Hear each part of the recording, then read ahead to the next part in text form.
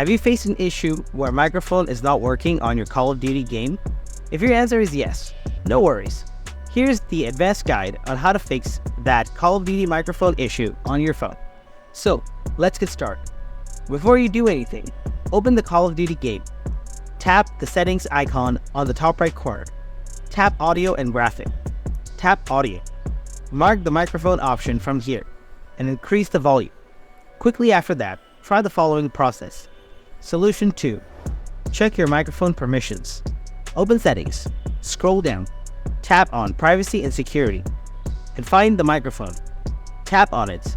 Ensure that all the microphone options are enabled. Solution 3. Update your Call of Duty game. Open the App Store. Voice Call of Duty. If you find any updates available, then tap on Update. Now open the Call of Duty. After that, check whether your problem is solved or not. If you still have issues, then try our next solution. Solution 4. Offload the game. Open Settings. Scroll down. Tap General. Scroll down. Tap iPhone Storage. Find out the Call of Duty game. Tap Offload. Tap Offload again. Tap Reinstall.